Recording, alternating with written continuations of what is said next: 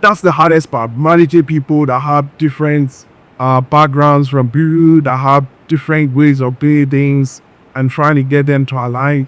Yes, we can spoil yourself the head up. Definitely. But the somebody else is the neck. It's pretty much looking in the direction the neck takes it. Are you willing to explore the same strategy or the same level of discipline to shape your kids?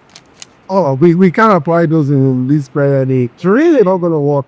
You, back in the day, we are assaulted to do the right thing. It was pretty quite an assault because, we're still talking about it back in 95 when we had an incident and they would just whoop everybody, whether you were the best kid, the most quiet ones, and say somebody broke into somewhere and now we're going to beat 60 people. Beat the hell out of 16 or 100 people because of one person.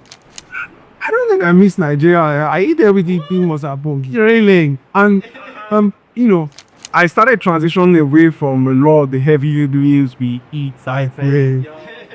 I ate about too much in the body house.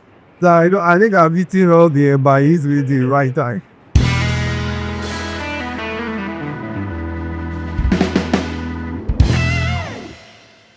Wow, you are welcome to the Voyage. This is going to be an interesting and exciting show today. The Voyage is a show where we explore the trials, the transitions, and the triumphs of immigrants in the US. Now, my guest today is someone that I've known for more than 30 years. We attended the same class in high school for 6 years. And fast forward 30 years, we have now become parents, we have become professionals, we have become leaders in our different fields. So today, beyond the titles, my guest today is Muyiwa Ebola. He is an engineer by profession, is a leadership strategy, is a professional to the core, and he is also involved in organization transformation. So beyond the titles, beyond the jobs, responsibilities, we want to go deeper into the trials, the transitions, and the triumph, looking back at life and also current and then into the future. Stay still. This is going to be exciting. Muyiwa, you are welcome to the show. Thank you very much, Dimeji. I stumbled on your podcast a few months ago. I know you started doing this. It's exciting. This is my first podcast. I appreciate the opportunity to come share some of the stories we've had from over 30 years ago. And we're the beautiful, I will call it island of Habo or where somewhere in South America. But Costa Rica, we're just trying to catch up all this from a long time ago. So thank you for having a podcast today. Awesome. Now, you were one of the brilliant ones when we were in school. And, people receive different kinds of labels growing up. What label did you carry there when you were in school? Or did you even have like a nickname or something like that? Yeah, I think pretty much folks that were in boarding house with me would probably remember some of the crazy nicknames I don't want to share here. Definitely one of the labels that most people would remember me we remember me up with the probably okay, these are one of the smart ones, spy ones, but it's just my nature. I as much as possible, I tried as much as possible to stay away from trouble. But that also made me really quite kind of reserved. I would say more reserved than most people would have been at that age, 10, 11, trying to struggle through transition from living at home into boarding house life. And next 6 years, spending time at boarding house, trying to stay away from trouble. Because, back in the day, there was nothing like assault. They would assault you in school. Trust me. Bullying wasn't much of a big deal, especially because we had a very good principal, Chief Uluwole Pujore, God bless his soul. He kind of kept us shielded from bullying, so it wasn't much of bullying, but just staying away from trouble, getting groped was something I didn't like, so kind of kept me focused on, okay, your academics, this is why you're in school. And we also had challenges of water in the boarding house. So for me, struggling to get water, so things like, going to do something crazy, extraneous activity, just made me very reserved, conserve my energy so that I could focus on what I was in school for. So that gave me the label of quiet, reserved, great and brilliant because I spend most of my time just honing my skills, trying to make sure I focus on what I'm in school with. So that I'll say you're my labels, right? So do you feel we live up to that expectation or label that people have of you growing up? Looking back now, 30 years out, yes, I would say yes, smart and sense that I've been able to, for me, smartness comes down to understanding your strengths, weaknesses, opportunities, and threats. And I've pretty much applied that all my life, trying to understand, yes, these were decisions I need to make, considering my strengths, weaknesses, and the opportunities I had, and some of the threats I had as well, and I made some decisions that I think they panned out well over the last 30 years from coming high school till now. So I would say yes, I've made smart decisions that have helped me to be where I'm at to be. Also, so what was the biggest dream that you had while we were in high school together? And has it become a reality today? Or like has taken you in a different direction? Pretty much, given that I spent a lot of time introspecting, like understanding my strengths, weaknesses, opportunities, and threats, I've always looked at my dreams from a realistic standpoint, even from a very young age. And I remember having conversation among us. We used to have jets team, but the SL, Sai, Fashino, they're really like this. So we pretty much we shared a lot of ideas, and pretty much at that point in time, I knew what I wanted to do. I knew I wanted to be an engineer. And we'll talk about, other things that happened that almost caused the detour. I knew I always wanted to be an engineer. I knew I wanted to do electrical engineering at that point in time. Really? Yeah, but eventually I had a detour which I'll come to. But for me, I would say yes, I pretty much lived up to what I expected. I've kind of planned and then say what the future would look like, and I've kind of worked through it. And to God be the glory, I think I've pretty much achieved everything in that space, and happy with where I'm at right now. So you mentioned about a detour. Yes. So can you go a little bit into that? So I'll say the detour pretty much started from as soon as we finished Voyage back in '96. And I already had back in the day we would do your GC 6 months before your Voyage. That's everybody wanted to kind of have a leg up on everybody. You're trying to do your GC the following November, December. You won't have the bragging right of saying, oh, I already had all my papers. Because back then we would do a WAEC exam every 6 months, right? There was a WAEC exam on the 6th, so yeah, May, June, and November, December. So, and it usually took 6 months for the results to come out. So a lot of us took May, June of '95, November, December of '95 WAEC. And as of June, when we're getting our May, June of '96, I already had all my results. So, the sky was the limit. The dependent was straight to college and all of that. And, but, as you would, maybe experience a little bit of it back then, where African parents pretty much try to kind of shape the future of their kids. My dad, he's a retired engineer. He felt, you're smart, you're doing well in school, you're doing well in biology, you probably don't need to do engineering. And the situation in the country at that point in time, it didn't really favor engineers. There were not so many opportunities, I would say, because it was either you ended up oil and gas, and if you didn't get oil and gas, you're kind of stuck. So for me, I knew I wanted to do engineering, not necessarily oil and gas. I knew I wanted to do electrical engineering. But my parents wanted me to do something different. They wanted to do medicine. I know. African parent. Is that That's how they worked it, and that was an ongoing source of feud in the house because my sister also wanted to do engineering, and she wasn't in it. But my own, I was like, no, it's like harassing me. Maybe you have to go and take jam again and write biology, chemistry, like physics, and not maths, chemistry, physics. And they made me do that, and there was a strike then, so I had like a 1 year at home that we're waiting for us to strike off because I already had my WAEC, I already had jam, I was already looking to go to IFE, but you didn't want me to go. I said, maybe you can try and do this, switch to medicine, and they made me go write jam. You can't really. So the detour for me was at the point I looked at all like I kept on looking at, okay, what did I want to do for myself? And it was engineering. Well, medicine was just like, this is just what my parents but so the only way out for me, because I wasn't going to get the sponsorship and support from them, was go just study medicine, right? So how do you want it to go to school? How I can't pay for myself. And the only way out for me at that point in time was to pursue an alternate career that kind of kept me in engineering, was away from what I wanted to do.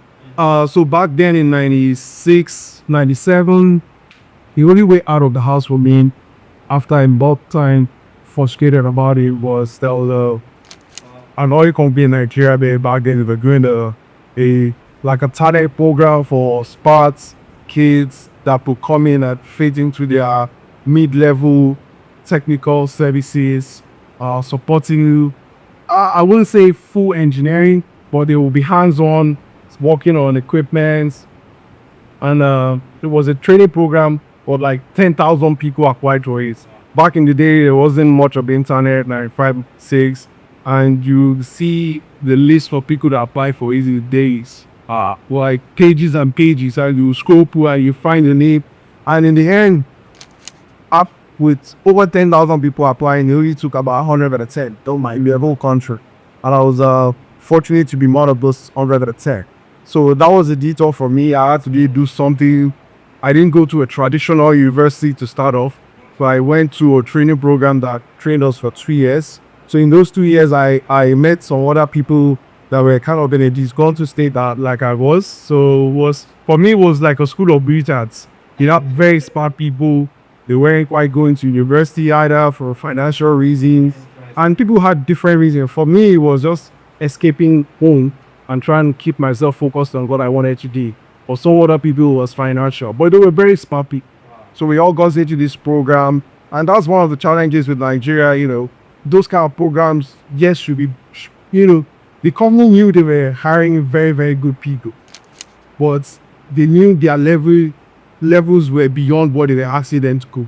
So, and it kind of was inhibiting on what their future prospect was. Wow. But for me, I knew, yes, was a good transition for me from getting away from home. But at the same time, I knew I was going to be limited. So the transition for me was taking that hard pill of going through this 2 years of training when I should be pursuing a university education. So for me, that detour was the transition I told you I had to go through. So yeah, so that was a detour that kind of like brought me back into experience. And again, so Well, let's talk about something interesting. What will you regard as a defining moment in your teenage year that shaped you into the kind of a man that you are now? Either at school or at home, a defining moment that actually shaped your character into who you are now. I think most of them were pretty much built when we were in high school in the hostel. Just because you were kind of conditional to managing our time. We had a schedule for every day. So that kind of helped me a little bit. And I would say an inflection point for me beyond that point in time when we finished secondary school, I was now transitioning to who I am today. I told you about my keto. I was pretty much at a dilemma because in 97, I had to go right time in, even though my brain was immense. So I had to go right physics, chemistry, biology, and anyways, jam to Dennis medicine. So at the time I was waiting for that jam itself was when I left home to attend this militant frigate in the eastern part of Nigeria with a prominent oil and gas company. So at that point in time, I had to make a decision. Why? Because the plan, really what my parents thought would happen was, okay, because there's been so much at loggerheads over the last few months at home. We try and do this. Okay, why don't you just go take a break, go do this for 6 months? When your job result comes out, and you come back and go to medical school. But when I got there and I started thinking, I met people that had similar challenges, and the inflection point really was just to make a decision. If I left this path I was on, I was going to go back and do something I wasn't really interested in, as that would shape on the entire future. And I made that call back there that, okay, I'm not just going to return home. I give up my university education for that point in time, focus on what I was doing, learning new skills, hands-on skills, and just trying to chop parental support, that adherence support. So that was an reflection point. Interesting, that's a very interesting because that gives you a high level of clarity and a clear identification of your purpose. And that just reminds you of what this guy on the economics teacher taught us about opportunity for God. Yeah, because I just remember that now, okay. But we were able to say, well, let me put this going to university aside for it now, and then, go and do this trading so that eventually we come back into to adopt your track. But that's very interesting. Now,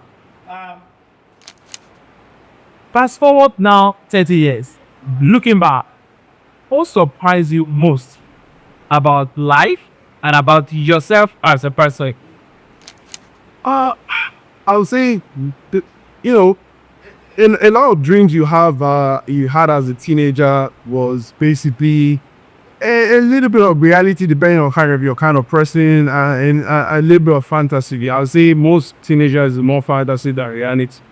And looking down 30 years, thinking, everything has to be black or white, or in reality, it's actually great, but a lot of things don't have the definite answer. It does go kind of the situation, and you have to make an executive decision of what you're about to really stick with your position. That's being accounted.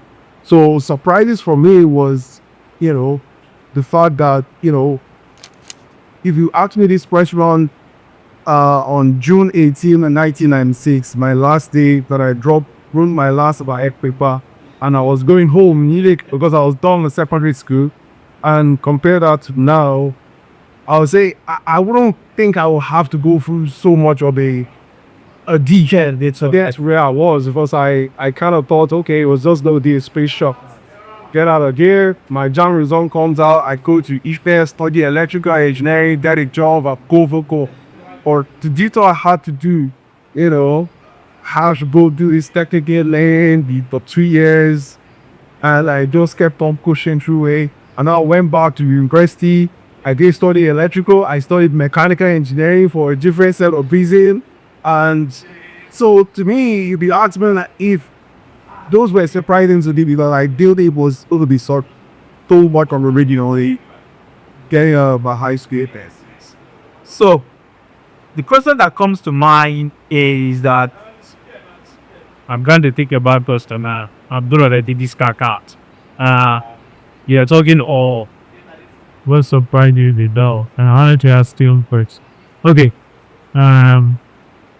Things that are very easy. Okay.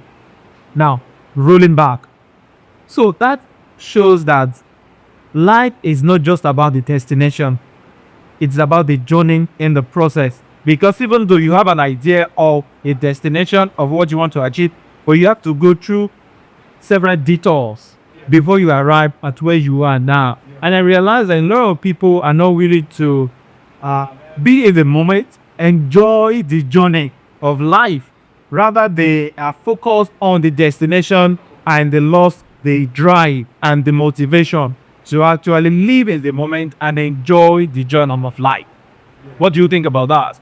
Well, it comes down to self-determination, grit, because it wasn't easy. So coming out of high school, we thought you were going to just go straight to college, get your engineering degree, off to go work. But the detour I had to take, it was great, because if I didn't have the grades, I would have given up. So I'll put it in perspective. So I said I spent 2 years in a training program with one of the the largest oil company in the world at that time. And immediately after the training program, I would say about almost all of us out of 110, maybe 100 of us got the job. And that was a detour. And I knew, yes, the job was good. I was way back in 99 when I started working. We're earning a lot of money. IBs back then was still the military era. We're transitioning to democracy. My first salary was higher than what college professors were paid. So I could have just said, okay, maybe I've arrived. I'm 19, 20 years old. I arrived. I just moved on with my life. I didn't need to pursue what I was pursuing here. And going back to school at 20 with a lot of money was very, very difficult. And not just going back to any school. I pushed myself. I went to the University of Lagos, Department of Mechanical Engineering. And it was unheard of that you could be working and schooling in the department or in engineering, because there was no part-time program. But I was able to cool it up because of the way Nigerian system was structured. So the nature of my work back then, I worked oil and gas, I worked offshore, so I had like a little bit of experience, 2 weeks, 2 weeks, all right. I would come for into school. So I missed a lot of classes. So the only thing I would come around for exam, I rate Nigerian systems. I said, oh, if we still do exams are like 70% and all that. So that was my opportunity, but most of my professors never knew I was Nordic, because that would make them come after me vehemently, and it was like, no way.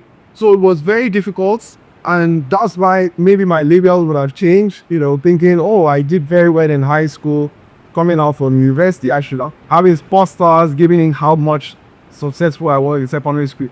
But it was very, very grueling and challenging going to school and working. And, schooling in western part of Nigeria, working in the eastern part of Nigeria, flying every 2 weeks, and I was a full-time program. So I could have given up.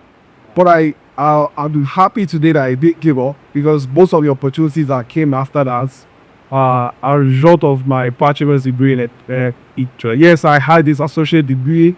Now going back for a bachelor's degree, I was working, I was schooling, very, very difficult time.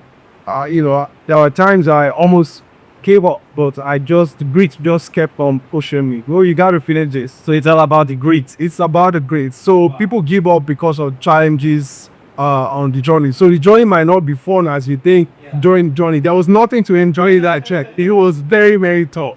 So that's my story about, the delta between what you thought was going to happen and your destination. At least as long as you have a directional, like a North Star where you're nipple tool, that you can stay focused on that. I did this course. So it's all about the grit. Yeah. Now, this is a question that I find that I reflect on over and over. And I'll ask into the dimension. There were some guys who, and not just among us peers, other people, I see this happen as well, that people who were brilliant, who have a promise, they have a promising future, maybe because they were brilliant academically or because they are just smart. But when you look back now, they have not. The story is different. So, or there are people who were the bad boys in school. In teenage years, they were the one that the teachers are they're always putting the whole school or the whole class in trouble. Sure. And some of them are now pastors, or they are now good guys right now. So my question is, what do you think was responsible of the gap that exists between a promising future and then there's this a reality? What turns the bad guys into the good guys, and what turns the good guys into the bad guys in code?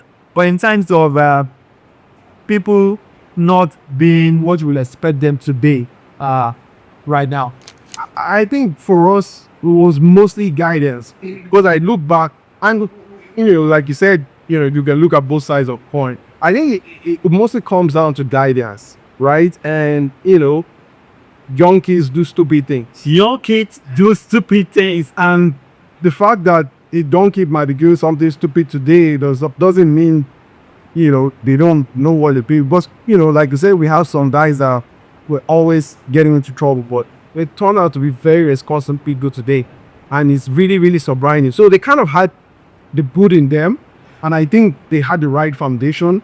But getting to middle school, that's the most tumultuous time of your life, where you're trying to figure out who the person is. So you could get distracted and lose focus completely, and you could get distracted. As long as the foundation was there, you come back to your true north. So it comes down to guidance, having the right guidance. I don't think in our own time we had a lot of guidance. So a lot of people were misguided. That's why I'll kind of draw more on the good part of it. Guys, we knew they had it in them, or they were just distracted. Yeah. And once they figure out the right parts, they just took off. And some of them didn't take up until they went to college. Because you would think, when you compare what they did in high school and what they did in college, they did way better in college. And so people, you compare what they did in high school to college, they kind of lost track. So it comes down to guidance, and it comes down to the foundation the kid has. If the foundation is really good, I believe they will always find their way back into it. And proper guidance also matters. I think that's part of why the scripture says that even the foundation is faulty, but it's nothing that a righteous man can achieve, right? Now, you've built a career around strategy and leadership, people within the engineering field and elsewhere. How did you get into leadership, and also what informed your decision to explore this path? Okay. So that question, I'd like to answer it in in a little bit of a paragraph. So for me personally, I would say, given my nature as being a reserved person that's grew all the way for high school, very reserved, smart, focused on what I wanted to achieve. I think, yes, I did what I needed to do. And I would say for me, leadership was more or was being trust on me, because, everybody else that was more senior kind of left, or they moved on, and, was thrown on my lap earlier in my career, right? When I started working in the oil and gas industry with the largest Aston Peak Voyage, ExxonMobil. And I was working offshore, had some responsibilities, explored, over time, become, senior guy, and automatically get some leadership responsibilities. Even beyond then, like until moving on in my career, those things kind of trust on my lap. So for me, it was, I wouldn't say I kind of went all out of my way.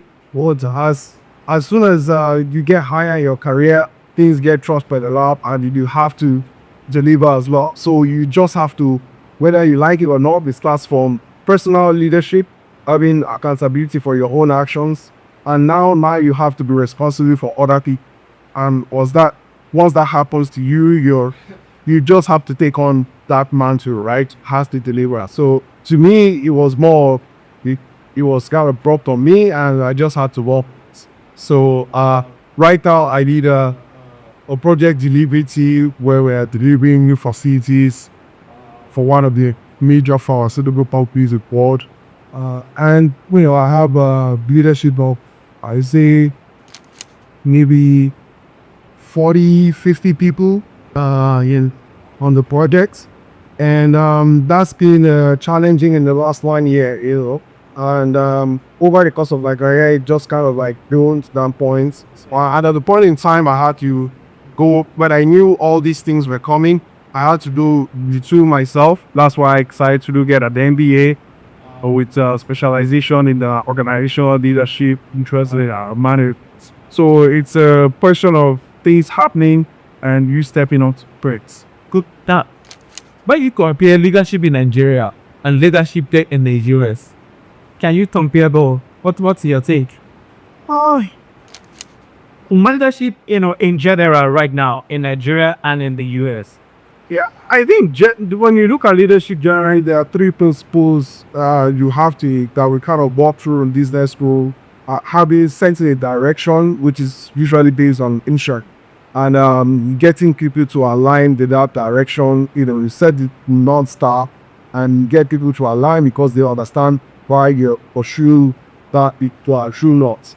And based on that, they're able to get from me to it. That's the DAC, direction, alignment, and quality. Yeah, Brent has made this. Also, for us, and I don't want to comment on politics, but you can see where we're going with setting a true north, where you have leaders setting a true north, and in some cases there is no true north that is being set. So, like in Nigeria, for instance, there are no political ideologies. So it's pretty much people just do whatever they like. Can't even differentiate the parties. So they are one and the same ruling power. So, and that's where I see a breakdown in leadership. There is no direction. The country does throw whatever they like. So people are not aligned to the three laws, and that's where you get the results you get. So for me, that's the way I look at leadership. Okay. Now, you work organizations, on the leadership level, on a personal level. What has been the most difficult leadership challenge in your own life? I think, when you look at leadership, you have to look at individual leadership as well as leading further. So I would say individual leadership, where you're taking accountability for action, managing your energy, your time, and delivering on an objective, compared to when you're managing people. That's the hardest part. Managing people that have different backgrounds from people, that have different ways of doing things, and trying to get them to align. It is the most challenging, I would say. But really, yeah, managing people, and I would say when it comes down to family structure, you getting married, and yes, we can call yourself the head of. You definitely, but somebody else is the neck. It's pretty much looking in the direction the neck takes it. So, and as your kids begin to grow up in an age, it's not like the time they grew up. You don't question things. You question stuff, you get assaulted. But in these new generations, the kids question stuff. They're asking why. Why should I do it? Like, so it's a different kind of parenting, and that I would say is one of the most challenging, especially when you have teenage kids. So that's how I look at it. Managing other people with different, and they have different psychologists, different ways of doing things is the hardest part. So when you're talking about family life now, looking at that leadership structure and leadership strategy, yes, did you see the kind of discipline that you went through in your teenage years? Are you willing to explore the same strategy or the same level of discipline to shape your kids? Oh, we can't apply those in this period. It's really not going to work. Back in the day, we were assaulted to do the right thing. It was pretty quite an assault because, we're still talking about it back in 95 when we had an incident, and they would just whoop everybody, whether you were the best kid, the most quiet ones, and say somebody broke into somewhere, and now we're going to beat 60 people. Beat the hell out of 16 or 100 people because of one person. You can't apply those kind of strategy, discipline anymore. So now it's different, right? It's different because you have to address people as rational as you do. Back in the day, you weren't addressed as rational. But why, as a kid, back in the day when we were growing up, there's not a lot of room for you to argue your position. There wasn't a lot of there's no flexibility for you to say, oh, this is what I wanted to do, and this are reasons why. You're supposed to be pretty much seen and not heard. Yeah, you can see as a kid, you're supposed to be a kid, you miss it. You don't have opinions, don't have an opinion. Yeah, so it's different. You can't do that anymore. So right now, it's just managing people as they are. We can obviously apply Draconian methods we use back the day, which today would technically be an assault. That's an interest. On what lessons are you intentional about teaching your kids that we didn't have doing it all? I think for us, maybe we kind of understood it in a different way. We kind of understood it in the sense of don't ask questions. You try to structure your life in certain ways and pigeonhole it, and that didn't give you a lot of wiggle room for critical thinking. She just, you were being told what to do and you just tried to put it. I think that was detrimental to that generation. Very already it's time. But now, helping the best way to give them tools, you just give them the tools they need. Helping them understand that it's not just for about time management or really energy management. You will have more things you want to do and we have time. And it's not going to be about just, okay, I got to do this at this point in time. It's about managing your energies to achieve, to be the most effective way to achieve the biggest bang for your buck, if you will, considering that time is value. So just managing your energies to deliver on your most important objectives. My son needs to hear this, but so that like that's the way I look at it. Helping them understand is more about managing their energies versus Just like that. Interesting. Think your children at your high scale, 10, 20, 30 years from now, how will you love them to describe it and the father, the this and that? I will look at it in, from perspective of what I went through getting to where I'm at. I would like them to, give me a little bit of, well, I have just one son. So I'll say I would like them to give me a little bit of praise for being hard in some businesses, just because I'm trying to get him to understand what's important in their life, time, energy management, but time management. That I've been a little bit harsh but I wanted to of graces because it's just you have to go and be harsh times just to help these kids understand that the world is changing, and they need to understand energy management, they need to understand covering sort and critical thinking, just also helping them make the decision, how decisions are made, the science of decision making and all of that. But so for me is understanding that this was what I was trying to achieve, and by the grace of God, I achieved it. So that's the way I would like them to look at it. Standing like the grace for the attacks. Interested. So when you think about the next 5 to 10 years, what will victory or success look like to you? Well, I look at the path of my career, like I was working now to 26 years. So in the next 10 years, looking to transition more into, I feel the world is changing. I don't think people who work in month operation for 40 years, our parents used to view, or that world is dead. So nobody's working for one or maybe. So for me, it's more of, what do I do? I want to have more control of myself than I have right now. So transition success for me in the next 10 years will be, stepping into that space where I'm able to control like time, that it corporate entity change, and how that happens. Still kind of watching it. There are lots of changes going on. All I have some ideas of what I got to do, but definitely success will be the traditional. And I have my time being my guy somebody here. That will it just be about what you accomplish or Becoming. I think it's gonna be knows who are in accomplishments. I have some down I already have some that I think I'm doing. It's such a person who has a board with I'll be sure transition is for 26 years of working for mega operations now. In 10 years time, that should be picked out finding that. That's why I did that.